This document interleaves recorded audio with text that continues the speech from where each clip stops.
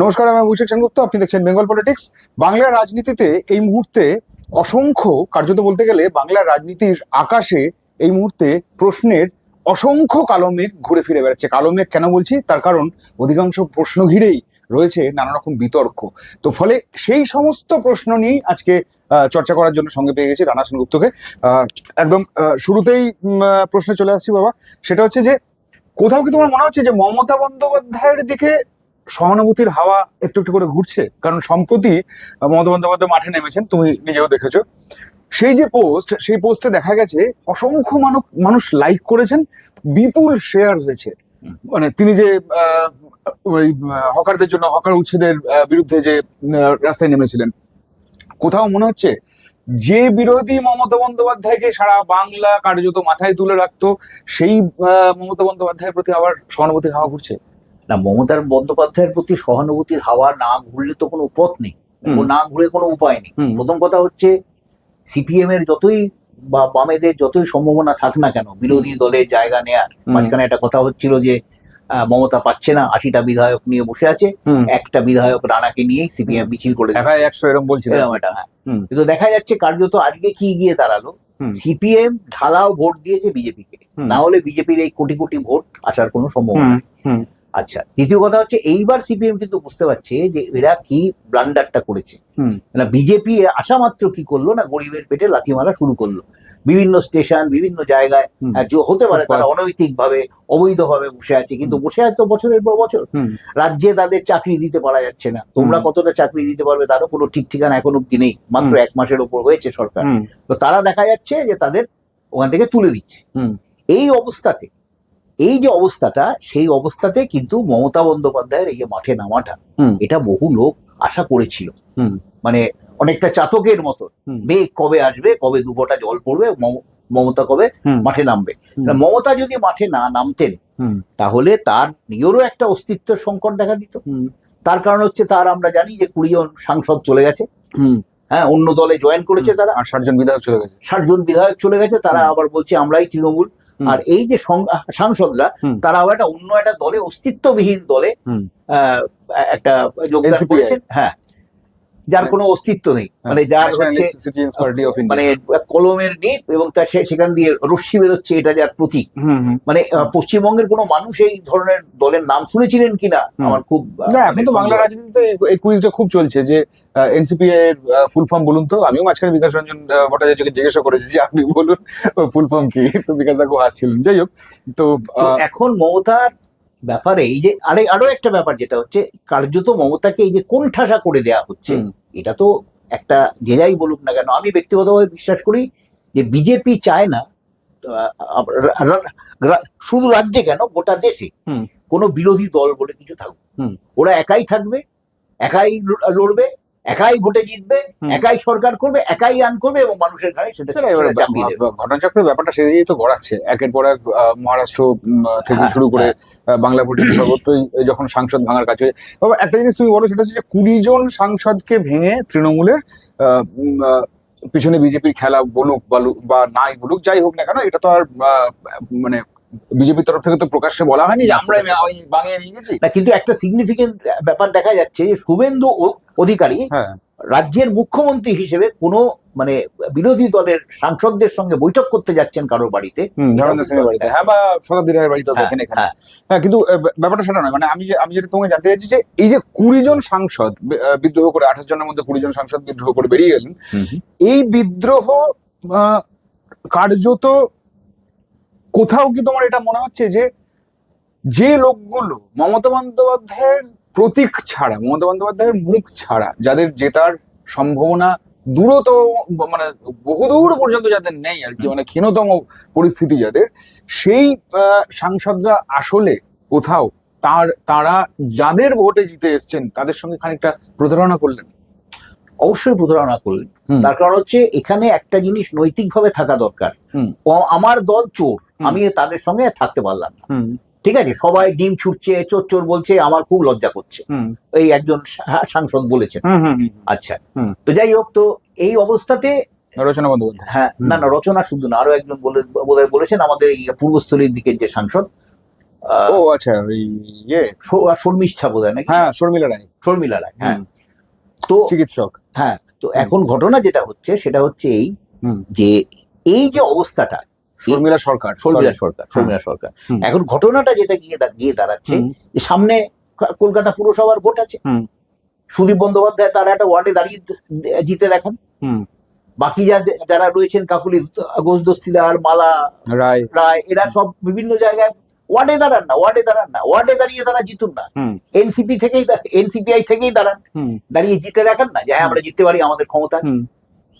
না কিন্তু এই যে ধরো 20 জন সাংসদে বেরিয়ে গিয়ে একটা এনসিপিআই নামক একটা অখ্যাত দল, যা এখন ভারত বিখ্যাত হয়ে উঠেছে এরা জয়েন করার পর, এই যে দলের মানে এনলিস্টেড দল, কিন্তু নির্বাচন কমিশন কোথাও একটা ইয়ে স্বীকৃতি পেতে গেলে যে পরিমাণ ভোট পেতে হয় সে তো পায়নি। তো ফলে সেই দলটাকে ভারত বিখ্যাত করে তোলা, এবং তাদের শোনা আছে তারা নাকি এবার পুরসভা ভোটে নামবে, কাউন্সিলর ভোটে প্রার্থী দেবে, এবং শুধু তাই নয় একই সঙ্গে পঞ্চায়েত ভোটে নামতে পারে। এই দল, তোমার মনে হয় এই দল খুব বেশি দিন টিকে থাকবে? মানে আমি বলতে চাইছি যে আজ এটা 2026 সাল, 29-এ লোকসভা ভোট, কোথাও বিজেপি এই যে 20 জন সাংসদ বেরিয়েছে, এই 20 জন সাংসদ ভারতবর্ষের যে কোনো জায়গায়, মানে যে কোনো অঞ্চলে দাঁড়ান, যে কোনো অংশে দাঁড়ান, জেতার মতন সম্ভাবনা তাদের কতটা আছে, এই নিয়ে রাজনৈতিক মহল কথাবার্তা বলা শুরু করে দিয়েছে। ফলে এই দলটার 29-এ পড়ার কোনো অস্তিত্ব থাকবে বলে তো মনে হয়? আমার মনে হয় না 29 অব্দিও গড়াবে দলটা, আচ্ছা, আমার মনে হয় না। তার কারণ হচ্ছে যে ওদের যারা নেতা, মানে এনসিপিআই এর যারা নেতা, তারাই এই 20 জন সাংসদের যোগদানে অবাক হয়ে যাচ্ছে। কেউ কেউ আবার, আমি ফেসবুকে দেখছিলাম যে তারা বলছে যে আমাদের না জানিয়ে ব্যাপারটা কি করে হলো।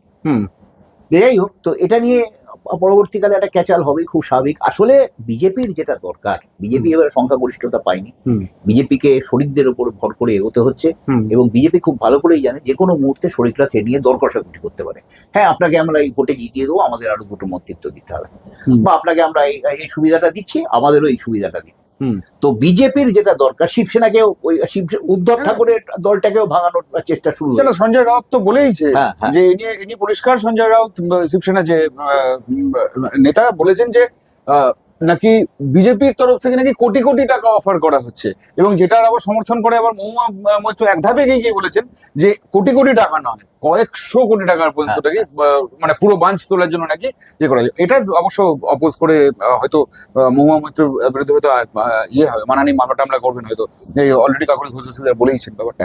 ফলে ওই একটা টানাপোড়েনের ব্যাপার রয়েছে। কিন্তু যে প্রসঙ্গটা আমরা ছিলাম, যে মমতা বন্দ্যোপাধ্যায় এই পরিস্থিতিতে, মানে যেখানে তুমি বলছো যে বামেদের যতই যাই হোক না কেন, বামেদের এখনো পর্যন্ত সিনে ঢুকতে এখন অনেক টাইম রয়েছে, এই পরিস্থিতিতে তাহলে মমতা বন্দ্যোপাধ্যায় এখনো এতটা সিগনিফিকেন্ট থাকছেন কি করে? না, তার পিছনে একটা কারণ আছে, মমতার সঙ্গে নেতা নেই। খুবই সত্যি কথা, জেলা স্তরেও কোনো বড় নেতা মমতার সঙ্গে এখন থাকে। এমনিও মমতা বন্দ্যোপাধ্যায় যেখানে থাকেন সেখানে অন্য কোনো নেতা থাকেন না, এটাও তো বাস্তব। জেলায় জেলায় যে সমস্ত লোকেদের নতুন অ্যাপয়েন্টমেন্ট দিচ্ছেন, যেমন বর্ধমান, এইদিকে পূর্ব বর্ধমানে রবীন্দ্রনাথ চট্টোপাধ্যায়, তাকে তৃতীয়বারের জন্য সভাপতি করা হলো, তিনি পত্রপাঠ, ইমেলে পদত্যাগ পত্র পাঠিয়ে দিলেন। ওখানে নরেন বাবুকে করা হলো বর্ধমান পশ্চিমে, তিনিও সঙ্গে সঙ্গে পদত্যাগ করলেন। মানে কার্যত দেখা যাচ্ছে মমতার সঙ্গে কোনো নেতা থাকতে চাইছেন না। এর পিছনে একটাই ভয়, প্রত্যেকেরই ভয়, যে তারা সকলেই আশা করছেন যে মমতার সঙ্গে বোধহয় থাকলে তাদের উপরে একটা মানে দমন অনুরাগের ছোঁয়া পড়তে পারে, এই আর কি, বিজেপি একটু চুমুটুমু খেয়ে দিতে পারে তাদের। তো এই যে ব্যাপারটা গিয়ে দাঁড়াচ্ছে, এখন মমতার সঙ্গে নেতারা নেই, খুবই সত্যি কথা, কিন্তু মমতার সঙ্গে কর্মী আছে। এবং আমার মনে হয় যে একটা কর্মী, আমি আর বর্ধমান ইউনিভার্সিটি, এটা কি বাবা খুব খুব পজিটিভ একটা দিক, মানে যে নেতারা যে মুহূর্তে মমতা বন্দ্যোপাধ্যায় হারলেন, যে নেতারা পিলপিল করে সমস্ত পালিয়ে যাচ্ছেন, তার থেকে মমতা বন্দ্যোপাধ্যায় একা দাঁড়িয়ে থাকা এবং কর্মীদের দাঁড়িয়ে থাকা বরং অনেক বেশি স্ট্রং, স্বাভাবিক ব্যাপার। এবং আমার মনে হয় মমতা বন্দ্যোপাধ্যায় বিধানসভার যে দুটো আসন খালি হয়েছে, অথবা লোকসভায় যে বসিরহাট যে আসনটা আছে, যে কোনো আসন থেকে দাঁড়াবেন, হয়তো দেখা যেতে পারে বিধানসভা এবং লোকসভা দুটোতেই তিনি দাঁড়াতে পারেন একসঙ্গে, এবং সেই সঙ্গে উনি লোকসভা বা বিধানসভায় ঢুকবেন। এবং মমতার এই যে একটা শুধুমাত্র এর একটা দরকার, মানে ম্যাজিক টাচ দরকার। জনগণ আমার উপরে আস্থা রেখেছে, আমাকে আবার ভোটে জিতিয়ে পাঠিয়েছে, জাস্ট ইন্দিরা গান্ধীর ক্ষেত্রে যেটা আমরা অনেকবার আলোচনা করেছি। এই ব্যাপারটা যদি হয়ে থাকে, তাহলে কিন্তু মমতাকে আগামী দিনে রোখা সত্যি খুব শক্ত হবে। মমতাকে রোখার নানা চেষ্টা করা হচ্ছে, অভিষেককে বেড়া জালে বেঁধে ফেলা হচ্ছে, তাকে রবিবার সিআইডি ডাকছে, সোমবার ইডি ডাকছে, মঙ্গলবার আবার সিআইডি ডাকছে, হয়তো বুধবার সিবিআই ডাকবে, এরকম ভাবে তাকে নানা রকম ভাবে অমুক আদালত থেকে সমন আসছে, তুসু করছে। তার এটা যেটা করে দেওয়া হচ্ছে যে অভিষেককে যেন নিষ্ক্রিয় করে দেওয়া হয়। মমতা বয়স্ক মহিলা, সে আর কতটা দৌড়তে পারবে, এরা এরা মনে করছে। কিন্তু এইটা বলে যেতে হবে, আমরা এখন বিশ্বকাপ দেখছি, মেসির মতন একজন 38 বছরের প্লেয়ার, সে এখনো মাঠে দাপিয়ে বেড়াচ্ছে। মমতা বন্দ্যোপাধ্যায় কিন্তু ভোটের সময়, শুধু তাই নয়, তুমি আসলগুলো বললে না, ক্রিস্টিয়ানো রোনাল্ডোর 41 বছর বয়স, কেপ ভার্দে যে গোলকিপারটা একা আটকে দিয়েছে প্রতিপক্ষ, তারও বয়স 41 বছর। তো এই যে বয়স্ক বুড়ো লোকেরা, মানে যদি এদের এরকম ভাবা হয় যে ময়দানে একটা সময় তো বলা হতো যে সুব্রত ভট্টাচার্যের বয়স যখন 40 পেরিয়ে গেছে কবে রিটায়ার করবে, এরকম লোকজন বলতো, কিন্তু দেখা যেত যে স্টপার সুব্রত ভট্টাচার্য উঠে গিয়ে গোল করে দিয়ে আসতো, ম্যাচের পর ম্যাচ জেতাতো। ফলে মমতা বন্দ্যোপাধ্যায় ওই জায়গাটা, ওই ক্যারিশমাটা কিন্তু এখন পর্যন্ত থেকে যাবে বলে মনে হচ্ছে। না, মমতার সঙ্গে কিন্তু লোক আছে। মমতা যেমন আমরা ওয়াই চ্যানেলে দেখেছিলাম, মমতা যেদিন যাচ্ছেন, ওয়াই চ্যানেলে যাবেন, সেটা শুনে সকাল থেকে একজন মানে একান্ত বৃদ্ধ লোক, তিনি একটা কাঁধে একটা তৃণমূলের পতাকা নিয়ে ওয়াই চ্যানেলে এসে বসে আছেন। উনি জানেন মমতাকে এখানে আলটিমেটলি আসতে হবে, এবং সেমনি সকাল সকাল যদি মমতার কাছাকাছি থাকতে পারেন, বা তার কথাবার্তাগুলো, এখন তো মমতা মাইক লাগাতে পারেন না, হ্যান্ড মাইকে কথা বলেন, সেগুলো যাতে ভালো করে শুনতে পারেন, সেজন্য তিনি কাছাকাছি থাকার চেষ্টা করছেন। এই যে সিগনিফিকেন্ট ব্যাপারটা, এবং আরেকটি লোক, ভোটের রেজাল্ট বেরোবার পরে মমতা এবং তৃণমূলের যখন একটা মানে মানে কি বলবো, মানে ধস নামলো, 80-র বেশি আসনে এগোতে পারলো না, সেইখানে কিন্তু দেখা গেল যে একজন লোক এসে বলছে ততপ্রণোদিত হয়ে যে আমি আমার জয় যাওয়া মমতার এবং অভিষেকের নামে। তবে এই পয়েন্টটা একটা তোমাকে একটা প্রশ্ন মানে খুব সিরিয়াসলি করতে ইচ্ছে করছে, সেটা হচ্ছে যে তুমি 2011 সালে বামেরদের পতন দেখলে, সারা রাজ্য থেকে বামেরা মুছে গেল, আর তুমি 2026-ও তৃণমূলের পতন দেখলে। এই পতনের পর বামেদের প্রতিও কি একই রকম সহানুভূতির হাওয়া ছিল যেটা এখন মমতা বন্দ্যোপাধ্যায়ের প্রতি রয়েছে? বা এই যে তুমি বলছো যে কিছু মানুষ মানে খুব অচেনা মনে হচ্ছে, বা খুব সেন্সিটিভ কিছু দৃশ্য তোমার মনে হচ্ছে, যেগুলো বৃদ্ধ বসে রয়েছেন মমতা বন্দ্যোপাধ্যায়ের কাছাকাছি ভাষণ শুনতে পান যাতে, এই যে ছবি যেগুলো তুমি বলছো যে কর্মীরা উপস্থিত রয়েছেন মমতার জন্য, মমতা আসছেন বলে, এই ব্যাপারটা বামেদের জন্য ছিল? মানে বামেদের 2011 সালে তুমি একটু দেখেছিলে? না, ছিল না। তার মানে এটা তো কোথাও না কোথাও মমতা বন্দ্যোপাধ্যায়ের প্রতি একটা সহানুভূতির একটা মানে খুব জোড়া নয়, একটা জোরালো হাওয়া রয়েছে। তাহলে এখন একটা ব্যাপার হচ্ছে যে আমি কিন্তু 77-ও দেখেছি, ইন্দিরা হেরে যাওয়া দেখেছি, এবং ইন্দিরা হেরে যাওয়ার পরে ঠিক একই জিনিস ঘটেছিল। কংগ্রেসের যতগুলো ইয়ে ছিল, মানে কার্যালয় ছিল, অফিস ছিল, দপ্তর ছিল, সেগুলো সব জনতা পার্টির লোকেরা, কোত্থেকে গজিয়ে ওঠা জনতা পার্টির লোকেরা, যাদের কোনোদিন দেখা যায়নি, তারা দখল করতে শুরু করেছে। এবং আজকে যেটা আমরা দেখতে পাচ্ছি যে রাস্তায় রাস্তায় মমতার যে সমস্ত ছবি আছে সেগুলোকে শাবল দিয়ে খুঁচিয়ে ফেলে দেওয়া হচ্ছে, বিশ্ব বাংলার লোগো সরিয়ে দেওয়া হচ্ছে বিভিন্ন জায়গা থেকে। এইটা করে কিন্তু মানুষের মানে বুকে আঘাত করা হচ্ছে, এবং তারা মনে করছে যে কি অসুবিধাটা ছিল তোমার, মমতার ছবিটা ছিল, মমতা এই কাজটা করেছিল, এই যে কাজটা করেছিল, এই যে শিলান্যাসটা করেছিল বা এর উদ্বোধন করেছিল, এটা তো মমতা করেছিল, এখান থেকে তুমি কি করে ছবিটা? কিন্তু এটা তো আবার খানিকটা তো এটাও সত্যি কথা বাবা, যে মমতা বন্দ্যোপাধ্যায় তো আস্তে আস্তে লাল রংটা রাজ্য থেকে মুছেছিলেন, নীল সাদা এস্টাবলিশ করেছিলেন, এটাও তো ঘটনা, মানে ইতিহাস তো ফিরেও আসে। ইতিহাস ফিরেও আসে। তবে এটাও ঠিক যে বামেদের কার্যত 2011 হেরে যাওয়ার পরে, বুদ্ধবাবু অন্তরালে চলে যাওয়ার পরে, বামেদের সেই অর্থে কিন্তু কোনো মুখ ছিল না। জ্যোতি বসু ভয়ঙ্কর ভাবে বামেদের একটা বড় একটা স্তম্ভ ছিলেন, আইকন। বুদ্ধ ভট্টাচার্য বামেদের একটা মানে কি বলবো, মানে পাতে দেওয়া যায় এরকম একটা বেশ ভালো নেতা, যার মানে ধুতিতে কোনো কালো দাগ নেই, এরকম ধরনের মুখ কিন্তু তখন আর ছিল না বামেদের মধ্যে, কিন্তু ছিল না একজনকে দেখে বামেরা এগিয়ে আসবে।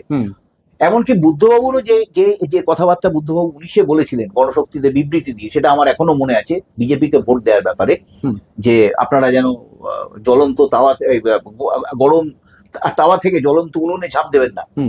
এই কথাটাও কিন্তু এই 2026 সূর্যকান্ত মিশ্র তার আগে বলেছিলেন। 2026-এ এসে কিন্তু দেখা যাচ্ছে যে সিপিএম এর নিচুতলার ভোটাররা, নিচুতলার কর্মীরা সেটা শুনলো না, তাই তো? আজকে সিপিএম এর এই ভোট না হলে বিজেপির কিন্তু এই বাড়বাড়ন্ত কোনো মতেই রাজ্যে হয় না। অনেকে বলছে মমতা বিজেপিকে নিয়ে এসেছে, এই তার হয়েছে ফ্র্যাঙ্কেনস্টাইন তৈরি করেছিল, আজকে তার ফ্র্যাঙ্কেনস্টাইনই বৈজ্ঞানিকের গলা মুটকে দিয়েছে, ঘাড় মুটকে দিয়েছে। কিন্তু এটা মানতে হবে আজকে যে বিজেপি যদি মমতা নাও নিয়ে আসতো বিজেপি কিন্তু ঢুকতোই, কেননা বিজেপির একটা সব থেকে পিছনে একটা বড় শক্তি হচ্ছে আরএসএস, রাষ্ট্রীয় স্বয়ংসেবক সংঘ। কিন্তু তাদের যে প্রচার, তাদের যে প্রসার, তাদের সেটা কিন্তু খুব গোপনে হয়, ভেতরে ভেতরে হয়। এবারে বিজেপির আমরা যে সমস্ত প্রচারগুলো দেখেছিলাম ভোটের সময়, আমি বেশ কয়েকটা জায়গায় দেখেছি বিজেপির প্রচার কার্যত জিরো ছিল, নীল ছিল। ওই হয়তো সন্ধ্যেবেলা 2-4 জন লোককে জুটিয়ে ফুটিয়ে প্রার্থী এদিক ওদিক যাচ্ছেন, হ্যাঁ, কিন্তু লোক নেই, তাদের সঙ্গে লোক নেই। অথচ এত ভোট তারা যে পেয়ে গেল, তার পিছনে দুটো কারণ হচ্ছে, এক সিপিএম এর ভোট ঢালাও গেছে, আর 2 নম্বর নেগেটিভ ভোট, ইনগভর্নমেন্সির ভোটটা ওদিকে গেছে। তো এই দুটো হবে 15 বছর থাকলে, 20 বছর থাকলে, বামেরা 34 বছর থাকার পরে 2011-তে যেভাবে বামেরা হেরেছিল, বামেরা তো মানে চিন্তা করতে পারেনি কখনো। 2019-এ প্রথম বোঝা গেছিল যে বামরা যাচ্ছে। বাম কিন্তু তখন টিকে থাকার জন্য বহু ভালো কিছু করেছিল। বুদ্ধ ভট্টাচার্য, তোর মনে আছে কিনা জানি না, একটা স্লোগান শুরু করেছিলেন, ডু ইট নাও, মানে যা কাজকর্ম আছে এগুলি কর। কিন্তু যেটা আজকে দেখা যাচ্ছে যে মমতার কিন্তু এই মুখটা কিন্তু বামেদের ছিল না, তৃণমূলের আছে, মানে মমতাপন্থী তৃণমূলের আছে। এবং আজকে যে সমস্ত লোকগুলো, এই 60 জন সাংসদ বা 62 জন সাংসদ বা 65 জন এমএলএ বিধায়ক এবং এই 20 জন সাংসদ, এরা যারা মমতার সঙ্গে এই বিক্রিয়াটা করলেন, এটা কিন্তু মানুষ ভালো হবে না। সেই কারণেই বোধহয় কোথাও না কোথাও একটা সহানুভূতির একটা প্রবল ঝোড়ো হাওয়া বইতে শুরু করেছে। যে কোথাও তোমার বাবা এটা মনে আছে, দেখো সামনে এখন অনেকগুলো ভোট আছে, মানে একাধিক ভোট আছে। ওইদিকে এই বাই ইলেকশন গুলো রয়েছে। ডিসেম্বরে পুরসভার ভোটের অলরেডি ঘোষণা করে দেওয়া হয়েছে, মুখ্যমন্ত্রী শুভেন্দু অধিকারী অলরেডি বলে দিয়েছেন ডিসেম্বরের মধ্যে এই ভোটটা সেরে ফেলা হবে। তারপরে মানে আগামী বছর পঞ্চায়েত ভোট আছে। তো এই পরিস্থিতিতে বামেরা কি করবে সেটা একটা ডেফিনেটলি একটা বিষয় রয়েছে, মানে চর্চার একটা বিষয় রয়েছে। বামেদের আস্তে আস্তে ভোটের পরিমাণ বাড়ছে, কিন্তু এই পরিস্থিতিতে যদি বিরোধিতার জায়গাতে তৃণমূল, মানে যতই ঋতব্রত বন্দ্যোপাধ্যায়রা আসল তৃণমূল বলে দাবি করুন, প্রতীকের জন্য আইনি লড়াইয়ের কথা বলুন, বা পার্টি ফান্ড, পার্টি ফান্ড দখলে নেওয়ার কথা যাই বলুন না কেন, সেটা তো একটা অন্য পার্ট হলো। কিন্তু লড়াইয়ের জায়গায় দাঁড়ালে মমতা বন্দ্যোপাধ্যায় যদি দাঁড়িয়ে ভোট চান আর ঋতব্রত বন্দ্যোপাধ্যায় যদি দাঁড়িয়ে ভোট চান, দুটোর মধ্যে তো একটা হেলেন হেভেন ডিফারেন্স আছে। তোমার কি এখানে কোথাও মনে হচ্ছে বাবা যে মমতা বন্দ্যোপাধ্যায় এই ভোটগুলোতে এবার একটা ফ্যাক্টর হয়ে উঠতে পারেন? মমতা বন্দ্যোপাধ্যায় এই ভোটগুলোতে একটা ফ্যাক্টর হয়ে উঠতে পারে, তবে যেটা সব থেকে আশঙ্কার বিষয়, এই যে ভোটগুলো, পুরো ভোট, তারপরে পঞ্চায়েতের ভোট, এই ভোটগুলো কিন্তু করে রাজ্য নির্বাচন কমিশন। একটা কথা মাথায় রাখতে হবে, তোর মীরা পান্ডের কথা মনে আছে? হ্যাঁ, মীরা পান্ডে কিন্তু এই রাজ্য নির্বাচন কমিশনার হয়ে মীরা পান্ডে চেয়েছিলেন যে কেন্দ্রীয় বাহিনী দিয়ে ভোটটা করানো হোক। সেটা নিয়ে আদালত পর্যন্ত যাওয়া হয়েছিল, মীরা পান্ডে গেছিলেন, তৃণমূল গেছিল, সরকার গেছিল, এবং কার্যত মীরা পান্ডে কিন্তু সেটা করতে পারেননি। এবং যেটা দেখা গেছিল এই সেবারের সেই পঞ্চায়েতের ভোটে, আমি নিজে দেখেছি, পুলিশ দাঁড়াচ্ছে, পুলিশ বলে দাঁড় করা হয়েছে, ওপরে জলপাই উর্দি, মানে কি বলে, মানে বিএসএফ এর মতো উর্দি, পায়ে হাওয়াই চপ্পল, আচ্ছা, হাতে একটা ছোট বাঁশের লাঠি, আচ্ছা, ঠিক আছে, তো মানে ভাড়াটা শোয় না, এরকম টাইপের। সুতরাং এই ব্যাপারগুলোতে কতটা যে ভোটে এফেক্ট করবে, এবং এবারেই প্রচুর অভিযোগ আছে। তুই আর আমি তাপসের কাছে গেছিলাম, তাপস চট্টোপাধ্যায় মামলা করেছে ওই এর ব্যাপারে, একটা বুথে কি করে 300। কেন রাজারহাট নিউটাউন তো এবারে বাংলার ভোটে সবচেয়ে বড় প্রহসন তো রাজারহাট নিউটাউন, এনে কোনো সন্দেহ। ভবানীপুরের থেকেও বোধহয় বেশি, এবং এটা নিয়ে ভয়ঙ্কর চর্চা হচ্ছে এবং কালো দাগ হয়ে থাকছে। হ্যাঁ, তো এবং এইটাতে আমি তাপসের সঙ্গে কথা বলেছিলাম, তাপস অলরেডি মামলা করেছে, খুব শিগগিরই তার শুনানি হবে। এবং এইটাতে আমার যেটা মনে হয়, এরকম ধরনের বহু মামলা কিন্তু তৃণমূল করবে, কেননা আমরা ইয়েতে দেখেছি, প্রিয়দর্শিনী হাকিমের বক্তব্য শুনেছি, ভবানীপুরের কাউন্টিং সেন্টারের ভেতরে কি হয়েছিল। তারপরে বহু জায়গায় আমরা চোখের সামনে দেখেছি যে তৃণমূলের কাউন্টিং এজেন্টদের মারধর করতে করতে বের করে দিচ্ছে। কারা করছে? বিজেপি নয়, মমতা বন্দ্যোপাধ্যায় অলরেডি তো ভবানীপুর নিয়ে তো মামলা করেইছেন। হ্যাঁ, তো এখন ব্যাপারটা হচ্ছে যে এই ব্যাপারটা যদি হয়, মানে এখন দেখা যাচ্ছে যে কেন্দ্রীয় বাহিনী 6 মাস অলরেডি থাকছে এখনো। একটা জিনিস বলো বাবা, তুমি এই ভোটের প্রসঙ্গে তুমি যেটা বলছো যে মমতা বন্দ্যোপাধ্যায় ডেফিনেটলি একটা ফ্যাক্টর হয়ে উঠতে পারেন, একই সঙ্গে তুমি একটা জিনিস বলো যে পুরনো যে ঝাঁক যারা নেতৃত্ব এতদিন ধরে দিয়ে এসছেন আর কি, মানে কার্যত মমতা বন্দ্যোপাধ্যায়ের ইশারায় যারা এতদিন ধরে কাজ করেছেন, সেই ঝাঁকটা তো পুরোটা সরে গেল। হ্যাঁ, তার বদলে উঠে আসছে একদম তরুণ একটা প্রজন্ম উঠে আসছে, হ্যাঁ, আমি তো এই উপাসনা চৌধুরীদের একটা জেনারেশন দেখতে পাচ্ছি। আমি তাদের সঙ্গে ইন্টারভিউ করলাম, কথাবার্তাও বললাম। এই যে ঝাঁকটা, এটাই কি মমতা বন্দ্যোপাধ্যায়ের নতুন অক্সিজেন সিলিন্ডার? স্বাভাবিকভাবেই তো তাই। মমতা বন্দ্যোপাধ্যায়ের আশেপাশ থেকে যারা পুরনো প্রবীণ বিচক্ষণ নেতা ছিলেন, মানে তারা সব গ্রহ উপগ্রহ হয়েছিলেন মমতার আলোয় আলোকিত, তারা নিজেদের বড় বড় বলে মনে করলেন, সরে গেলেন। সেই জায়গাটা তো ভ্যাকুয়াম থাকতে পারে না, স্বাভাবিকভাবে নিচ থেকে লোক লোক উঠে আসবে। মানে অনেক লোক আছে, আমি অনেকের সঙ্গে কথাবার্তা বলে দেখেছি ব্যক্তিগতভাবে, অনেক প্রবীণ সাংবাদিক। হ্যাঁ, কিন্তু শূন্যতা পূরণ আর তারুণ্য দিয়ে শূন্যতা পূরণ, দুটোর মধ্যে অনেক পার্থক্য আছে। এই জন্য যে তরুণরা কিন্তু লড়তে পারে, তরুণদের সেই দমটা আছে। মানে তুই আজকে 20 মাইল অ্যাটেস্টে ছাড়তে পারবি, আমি 2 মাইলের বেশি পারবো না। এই হচ্ছে একটা পার্থক্য। কিন্তু আমি অভিজ্ঞতা দিয়ে সেই মানে 18 মাইলের ডিফারেন্সটাকে মেটাতে পারবো, যেটা মমতা করবেন। এবং এরা যারা দৌড়বে মমতার হয়ে, মমতার এই যে নিউ ফোর্স, এটাই কিন্তু তৃণমূলের আশার আলো। মমতার হাত থেকে প্রতীক চলে যেতে পারে, মমতার হাত থেকে তহবিল চলে যেতে পারে, কোটি কোটি টাকার তহবিল চলে যেতে পারে, কিন্তু মমতা যদি দাঁড়ান, আমার মনে হয় না মমতার হাত থেকে মমতা কোনোদিন যাবে না। হ্যাঁ, মমতার হাত থেকে মমতা যাবে না, মমতার কাছ থেকে তো মমতা। হ্যাঁ, সেই এক্স্যাক্টলি। মানে কেউ যদি না থাকে, মমতা আর অভিষেক থাকবে তৃণমূল দলটাতে। মানে মমতা বন্দ্যোপাধ্যায় কেউ যদি না থাকেন, তাহলে মমতা বন্দ্যোপাধ্যায় আছেন। হ্যাঁ, মমতা বন্দ্যোপাধ্যায় আছেন। এবং সুতরাং এই মমতা বন্দ্যোপাধ্যায়ের প্রতি, আর এই যে বিজেপি যে সমস্ত কাজকর্মগুলো শুরু করছে, রেড রোডে নামাজ পড়া যাবে না, কিন্তু যোগ দিবসের জন্য 1 সপ্তাহ রেড রোড বন্ধ থাকবে। কেন? আইন তোমার দুরকম হবে কেন? তখন তুমি যানবাহন চলাচলের অজুহাত দিচ্ছ। আজকে তোমার যানবাহন কি আকাশ দিয়ে উড়ে যাচ্ছে নাকি? হ্যাঁ, তাহলে তো খুব বিতর্ক চলছে এই যে ব্যাপারগুলো। তারপরে এই যে ডিএর ঘোষণা করা নিয়ে এদের এত তালবাহানা। প্রথমে বললো বিদ্যুৎ দেওয়া হবে বিনামূল্যে, আজকে দেখা যাচ্ছে স্মার্ট মিটার বসানো হচ্ছে। শুভেন্দু অধিকারী নিজে বলেছিলেন, এসব ঘোরাঘুরি করছে সমাজ মাধ্যমে, নিজে দাঁড়িয়ে বলেছিলেন যে আমি স্মার্ট মিটার হলে আমি বুক দিয়ে দাঁড়াবো। আবার কিছু কিছু ক্ষেত্রে বাবা বলছো বটে, এই সমাজ মাধ্যমে না পুরোপুরি ভরসা রাখা যায় না। তার কারণ যা সত্যি নয় তাকে সত্যি বলে সমাজ মাধ্যমে অনেক সময় তুলে ধরা হয়। একটা জিনিস শুভেন্দু অধিকারী বলেছিলেন যখন বিরোধী দলনেতা ছিলেন, যে হকার উচ্ছেদ হলে আমি সামনে গিয়ে প্রথম দাঁড়াবো। মুখ্যমন্ত্রী হওয়ার পর কিন্তু হকার উচ্ছেদ তার টানামূলেই শুরু হয়েছে। ফলে এইটা বাস্তব আছে, বাদ বাকি গুলো এবং এই ডিলেমাগুলো এগুলো কিন্তু চলতেই থাকবে। তার কারণ হচ্ছে বিজেপি প্রথম ক্ষমতায় এসছে। আমরা জানি বামেরা যখন প্রথম ক্ষমতায় এসেছিল 87 সালে, পুরোপুরি বাম, 77-এ যুক্ত ফ্রন্ট নয়, যুক্ত ফ্রন্ট 2 নয়, একেবারে পুরোপুরি বাম ফ্রন্ট যখন ক্ষমতায় এলো, 67 বা 69 নয়, হ্যাঁ 67 বা 69 নয়, তখন কিন্তু এদেরও অনেক মানে মাথা পাতা খারাপ হয়ে গেছিল। হ্যাঁ, যে আমরা কি করব। যুক্ত ফ্রন্টের আমলে যখন যদিবাবু পুলিশ মন্ত্রী, সিআইটিউ কারখানায় গিয়ে আন্দোলন করছে, কারখানা কাজ করতে দিচ্ছে না, পুলিশ যেতে পারবে না বলে দেয়া আছে। ঠিক আছে, ইউনিভার্সিটি চত্বরে খুনোখুনি হয়ে যাক, মারামারি হয়ে যাক, পুলিশ ঢুকতে পারবে না। সেই আমল থেকে শুরু হয়েছিল কিন্তু। আচ্ছা, এখন এই যে ব্যাপারগুলো যেটা হচ্ছে, সেইগুলো কিন্তু আমরা দেখতে পাচ্ছি এই ডিলেমার মধ্যে বিজেপি বারবার পড়তেই হবে। তারপর হচ্ছে বিজেপির লোকজনেরা, হ্যাঁ, তারা কিন্তু বুঝতে পারছে না, তারা চারিদিকে সম্বোধন নিয়ে বেড়াচ্ছে। এখন হানিমুন পিরিয়ড তাদের কাটেনি। এখন তারা এসে কতটা কি কাজকর্ম করবে, কাজ কিন্তু আলটিমেটলি করতে হবে একটি লোককে, অর্থমন্ত্রী স্বপন দাশগুপ্ত। এবং এই এতখানি যে মানে খানিকটা তাপস রায়কে শিল্পমন্ত্রী, হ্যাঁ, এই যে এতটা পিছিয়ে থাকা, এই যে এতটা মানে ঋণগ্রস্ত থাকা রাজ্য, আমাদের ঘাড়ে নাকি হাজার হাজার ঋণ, লক্ষ কোটি টাকা ঋণ, এইগুলো থেকে রাজ্যটাকে জিরো করা, মানে মাইনাস থেকে তুলে জিরো করা, এটা কিন্তু একটা খুব বড় ব্যাপার। জিরোর পরে তো আমরা দেখতে পাবো 1, 2, 3, 4 করে এগোচ্ছে, এখন তো -500 হয়ে আছে।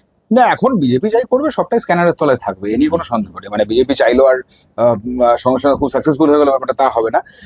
যাই হোক, তাহলে আমাদের আলোচনা আজকে এই পর্যন্তই রইলো। এর নির্যাস কি দাঁড়ালো? নির্যাস হচ্ছে এটাই, যেটা রানা সেনগুপ্ত খুব পরিষ্কার বলে দিলেন বা জানিয়ে দিলেন, মমতা বন্দ্যোপাধ্যায় যদি কিছুই না থাকে, তবুও দিনের শেষে মমতা বন্দ্যোপাধ্যায়ের সঙ্গে মমতা বন্দ্যোপাধ্যায় আছেন। এটাই সবচেয়ে বড় অক্সিজেন সিলিন্ডার। আমাদের এই এপিসোড কেমন লাগলো জানাবেন। দেখা হচ্ছে তাহলে পরের ভিডিওতে।